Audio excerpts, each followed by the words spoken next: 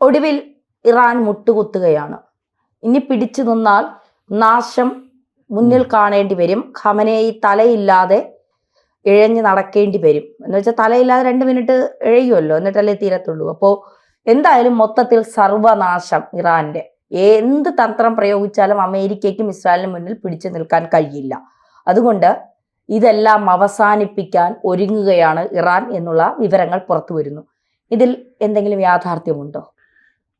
നമ്മൾ ഈ യുദ്ധം തുടങ്ങിയിട്ട് ഒരാഴ്ച പിന്നിട്ടു. ഇതിനുശേഷമുള്ള ആദ്യ സമാധാന ചർച്ച ഇന്ന് നടക്കും എന്നുള്ള ഒരു മനുഷ്യതലത്തിൽ നോക്കുമ്പോൾ ഒരു ആശ്വാസകരമായ ഒരു തീരുമാനം ഇപ്പോൾ ഉണ്ടായിരിക്കുന്നു.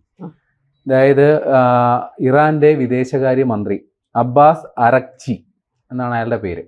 അയാൾ യൂറോപ്യൻ യൂണിയൻ നേതാക്കളുമായിട്ട് ഇന്ന് ജനീവയിൽ കൂടിക്കാഴ്ച നടത്തും. അതായത് ബ്രിട്ടൻ, ഫ്രാൻസ്, ജർമ്മനി ഇവരുടെയൊക്കെ വിദേശകാര്യ മന്ത്രിമാരുമായിട്ടും ഇന്ന് കൂടിക്കാഴ്ച നടത്തും. ഇത് ഒരു വെടിനിർത്തലിലേക്കുള്ള ആദ്യ പടിയാണ് എന്നാണ് വിലയിരുത്തപ്പെടുന്നത്. നേരത്തെ അമേരിക്ക ഈ വാരാന്ത്യത്തിൽ, അതായത് ശനിയാഴ്ചയോ ഞായറാഴ്ചയോ എപ്പോഴെങ്കിലും ഇറാനിൽ വ്യോമാക്രമണം നടത്തും എന്നൊരു റിപ്പോർട്ടുകൾ വന്നിരുന്നു. അവിടുത്തെ പ്രതിരോധ മന്ത്രാലയം അതിൻ്റെ ഒരു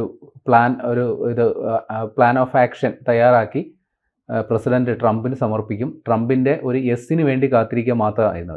എന്നാൽ ട്രംപ് പിന്നീട് നിലപാട് മാറ്റി ഒരു 2 ആഴ്ച കൂടെ സമയം അതിനുശേഷം ഇക്കാര്യത്തിൽ തീരുമാനം എടുക്കും എന്നുള്ളതാണ് ഇപ്പോൾ വന്ന റിപ്പോർട്ടുകൾ. എനിക്ക് തോന്നുന്നു അതിനുശേഷം US സ്റ്റേറ്റ് സെക്രട്ടറി മാർക്കോ റൂബിയോയും ബ്രിട്ടൻ്റെ വിദേശകാര്യ സെക്രട്ടറിയും കൂടിക്കാഴ്ച നടത്തിയിരുന്നു. അപ്പോൾ ഇത് ഇറാൻ വിഷയത്തിൽ എന്താണ് മുൻപോട്ടുള്ള പോക്ക് എന്നുള്ളതാണ് ഇവർ തമ്മിൽ ആശയവിനിമയം നടത്തിയത്. ഈ മാർക്കോ റൂബിയോയുടെ നിർദ്ദേശാനുസരണം അല്ലെങ്കിൽ അമേരിക്കയുടെ താല്പര്യാർത്ഥമാണ് ഇപ്പോൾ ഈ പറയുന്ന യൂറോപ്യൻ യൂണിയൻ പ്രതിനിധികൾ ഇറാൻ വിദേശകാര്യ മന്ത്രിയുമായിട്ട് കൂടിക്കാഴ്ച നടത്തുന്നത്. നേരത്തെ ഇറാൻ ഇക്കാര്യത്തിൽ ഒരു തുറന്ന സമീപനം, ഒരു അനുകൂല നിലപാട് എടുത്തിരുന്നു. അതായത് അമേരിക്കയോട് ഏതെങ്കിലും തരത്തിൽ ഇസ്രയേലിനെ സ്വാധീനിക്കാൻ ആവശ്യപ്പെടണമെന്ന് മുസ്ലിം രാഷ്ട്രങ്ങളായ ഒമാൻ അടക്കമുള്ള ചില രാഷ്ട്രങ്ങളോട് ഇറാൻ ആവശ്യം ഉന്നയിച്ചിരുന്നു.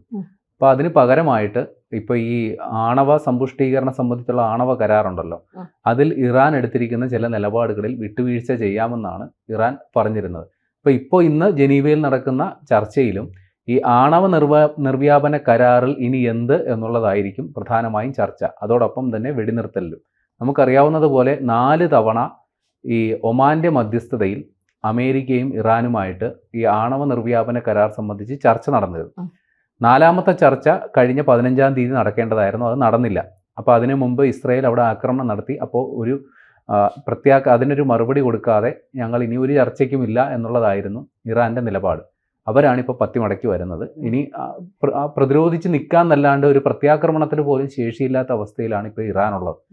അപ്പോൾ അതുകൊണ്ട് തന്നെ ഈ ആണവ നിർവ്യാപന കരാറിൽ ഇനി എന്താണ്, അതായത് നേരത്തെ ചില റിപ്പോർട്ടുകൾ വന്നിരുന്നു ഇസ്രയേൽ എന്തുകൊണ്ട് ഒരു ആക്രമണം നടത്തി, അതായത് അമേരിക്ക പറയാതെ അമേരിക്ക ആക്രമിക്കുമെന്നായിരുന്നു നേരത്തെ ഉള്ള റിപ്പോർട്ടുകൾ. എന്നാൽ അതിന് കാത്തു നിൽക്കാതെ ഇസ്രയേൽ എന്തുകൊണ്ട് സ്വന്തം നിലയിൽ ആക്രമണം നടത്തി എന്നൊരു ചോദ്യം പ്രസക്തമാണ്. അപ്പോൾ അതിന് വന്ന വിശദീകരണം ഇറാനും അമേരിക്കയും ഈ ആണവ നിർവ്യാപന കരാറിൽ ചില വിട്ടുവീഴ്ചകൾക്ക് വിധേയമായി ധാരണയിലാകും. അപ്പോൾ ആ ധാരണയുടെ പുറത്ത് ഇറാന് അവരുടെ ആണവ പദ്ധതികളുമായി മുൻപോട്ട് പോകാൻ അവസരം കിട്ടിയേക്കും എന്ന് ഇസ്രയേൽ ഭയപ്പെട്ടു. അപ്പോൾ അതുകൊണ്ടാണ് അവർ അമേരിക്കയുടെ അനുമതിക്ക് കാത്തു നിൽക്കാതെ ഏകപക്ഷീയമായ ആക്രമണം തുടങ്ങിയത്.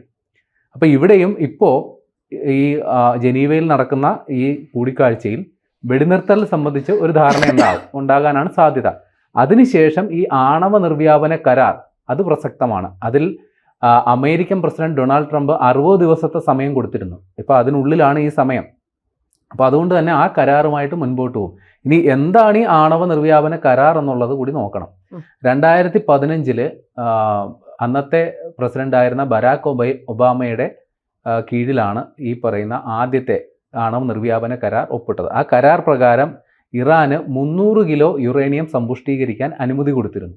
അത് അവരുടെ ആഭ്യന്തര ഊർജ ആവശ്യങ്ങൾക്ക് വേണ്ടിയിട്ടാണ്, വൈദ്യുതി ഉൽപ്പാദിപ്പിക്കുന്നതിന് വേണ്ടിയിട്ടാണ്. അപ്പോൾ അങ്ങനെ ഒരു കരാറിൽ അതായത് ഈ ആണവ ഊർജം അവർ ഇത്തരം വൈദ്യുതി ആവശ്യങ്ങൾക്ക് വേണ്ടി മാത്രം ഉപയോഗിക്കുന്നു ഉറപ്പുവരുത്തുന്നതിലൂടെ അന്താരാഷ്ട്ര സമൂഹം ഇറാന് ഏർപ്പെടുത്തിയിരുന്ന ഉപരോധങ്ങൾ പിൻവലിക്കും എന്നുള്ളതായിരുന്നു 2015 കരാർ.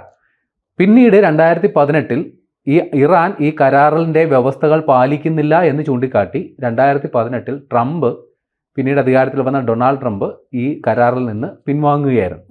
അതിനുശേഷം രണ്ട് കക്ഷികളും തമ്മിൽ ഒമാൻ്റെ മധ്യസ്ഥതയിൽ ഒരു 3 വട്ട ചർച്ചകൾ നടത്തിയെങ്കിലും ഇറാനും അമേരിക്കയും അവരുടെ നിലപാടുകളിൽ ഉറച്ചു നിന്നോടുകൂടി ഇത് മുൻപോട്ട് പോയില്ല. അപ്പോൾ ഇപ്പോൾ ആരോപണം വരുന്നത് ഈ ഇറാൻ അവരുടെ പ്രതിരോധ ആവശ്യങ്ങൾക്ക് ഈ ആണവ പദ്ധതികൾ പ്രയോജനപ്പെടുത്തുന്നു എന്നുള്ള റിപ്പോർട്ടുകൾ ഇപ്പോൾ വരുന്നുണ്ട്. അത് സ്ഥിരീകരിക്കുന്ന തരത്തിൽ ഈ അന്താരാഷ്ട്ര ആണവ ഏജൻസി ഉണ്ടല്ലോ, ഇതൊക്കെ നോക്കുന്ന ആൾ, അതിൻ്റെ അതായത് 2015 കരാറിൽ നിലവിൽ വന്നതിന് ശേഷം ഓരോ വർഷവും ഈ ഏജൻസി ഇവരുടെ ആണവ റിയാക്ടറുകളൊക്കെ സന്ദർശിച്ച് അതിൻ്റെ സ്ഥിതിഗതികൾ തയ്യാറാക്കുന്ന ഒരു കീഴ്വഴക്കമുണ്ട്. അതൊരു പ്രോട്ടോക്കോളാണ്. ഈ 2025 അവരെ ഈ അന്താരാഷ്ട്ര ആണവ ഊർജ്ജ ഏജൻസിയുടെ പ്രതിനിധികളെ ഇറാൻ അങ്ങോട്ട് പ്രവേശിക്കാൻ അനുവദിച്ചില്ല. അപ്പോൾ അതിൻ്റെ അർത്ഥം എന്താണ്? ഇറാൻ അവരുടെ ആയുധ നിർമ്മാണ പണിപ്പുരയിലാണ്, അതുകൊണ്ട് ഇത്തരം കാര്യങ്ങളിലുമായിട്ട് സഹകരിക്കില്ല എന്നാണ് അവർ നിലപാടെടുത്തത്. അപ്പോൾ ഈ ചർച്ചകളുടെ പശ്ചാത്തലത്തിൽ ഇറാൻ അവരുടെ ഈ പറയുന്ന കരാറിൽ അവർ കുറേ കൂടി ഫ്ലെക്സിബിളാകും, കുറേ കൂടി വിട്ടുവീഴ്ച ചെയ്യുമെന്നാണ്. അവർ പഴയ നിലപാടിലേക്ക് അവർ തിരിച്ചെത്താൻ നിർബന്ധിതമാകുന്ന ഒരു സാഹചര്യം ഉണ്ടാകും. അല്ലെങ്കിൽ ഈ പറയുന്നത് പോലെ യുദ്ധം ഇനിയും ഒരു ഒത്തുതീർപ്പിന് അല്ലെങ്കിൽ തയ്യാറല്ലെങ്കിൽ വീണ്ടും വലിയ രീതിയിലുള്ള യുദ്ധം ഉണ്ടാകും. അമേരിക്ക ഇനി ഒരു സന്ധി സംഭാഷണത്തിന് കാത്തിരിക്കുമെന്ന് തോന്നില്ല. കാര്യം ഇപ്പോൾ തന്നെ അവരുടെ സേന ഇറാൻ ലക്ഷ്യമാക്കി നീങ്ങിക്കഴിഞ്ഞു. ഒരു ഉത്തരവിന് വേണ്ടി കാത്തിരിക്കുന്ന ഒരു സാഹചര്യമുണ്ട്. അതുകൊണ്ട് തന്നെ ഇറാൻ വലിയ രീതിയിലുള്ള സമ്മർദ്ദത്തിലാണ്. ഈ ചർച്ചയിൽ, ജനീവയിൽ ഇന്ന് നടക്കുന്ന ചർച്ചയിൽ എന്താണ് അതിൻ്റെ ഔട്ട്കം എന്നുള്ളത് നമുക്ക് നോക്കേണ്ടതുണ്ട്. ഇറാനെ സംബന്ധിച്ചിടത്തോളം ഈ ആണവ സമ്പുഷ്ടീകരണം 90% ആണവ സമ്പുഷ്ടീകരണം നടത്തിക്കൊണ്ടിരിക്കുന്നു. ഇസ്രായേലിനെ ഒരു വിധത്തിൽ ഭയപ്പെടുത്തുന്നതും അതുതന്നെയാവും. ഇറാൻ ഏത് തരത്തിൽ, കാരണം ഇറാനാണ്, എന്ത് ചെയ്യുമെന്നറിയില്ല. ഉത്തര കൊറിയയെ പോലെ മറ്റൊരു രാജ്യം കൂടിയാണ് ഇറാൻ. എപ്പോൾ എവിടെ എങ്ങനെ എന്ത് ചെയ്യുമെന്ന് ആർക്കും ഒരു പിടിയും കിട്ടില്ല എന്നുള്ളതാണ്. ഇപ്പോൾ അത്തരത്തിലൊരു ഈ സമാധാന ചർച്ചയ്ക്ക് ഇറാൻ വന്നാലും ഇസ്രായേലും അമേരിക്കയും വെക്കുന്ന ഒരു തീരുമാനം അല്ലെങ്കിൽ ഒരു എന്താ പറയുക, ഒരു കരാർ അങ്ങനെ ആയിരിക്കില്ലേ? ഇതുമായി ബന്ധപ്പെട്ടുള്ള ഒരു തരത്തിലുള്ള മുന്നേറ്റത്തിന് നിങ്ങൾ ഇനി മുതിരരുത്. ഇപ്പോഴത്തെ സർക്കാരുകൾ മാറി ജനാധിപത്യപരമായ ഒരു സർക്കാരും വരണം. അതെ, അതായത് നിലവിൽ അമേരിക്കയ്ക്കും ഇസ്രായേലിനും കാര്യങ്ങൾ കുറെ കൂടി എളുപ്പമാണ്. കാര്യം അവരുടെ സൈനിക നേതൃത്വം ഇപ്പോൾ ഇല്ല. അവരിലെ പ്രമുഖരായ നേതാക്കളെ എല്ലാം തന്നെ ഇസ്രായേൽ ഇല്ലാണ്ടാക്കി. ഈ അയത്തുള്ള അലി ഖമനേയി ജീവനോടെ ഉണ്ടോ ഇല്ലയോ എന്ന് പോലും ഇപ്പോൾ നമുക്ക് ഉറപ്പില്ല. അപ്പോൾ ഉറപ്പായിട്ടും ഇസ്രായേലും അമേരിക്കയും ആഗ്രഹിക്കുന്നത് നിലവിൽ ഇപ്പോഴുള്ള, അതായത് അമേരിക്കയോടും ഇസ്രായേലിനോടും കടുംപിടുത്തമുള്ള ആ ഒരു ഭരണ നേതൃത്വം മാറണം എന്ന് തന്നെയായിരിക്കും.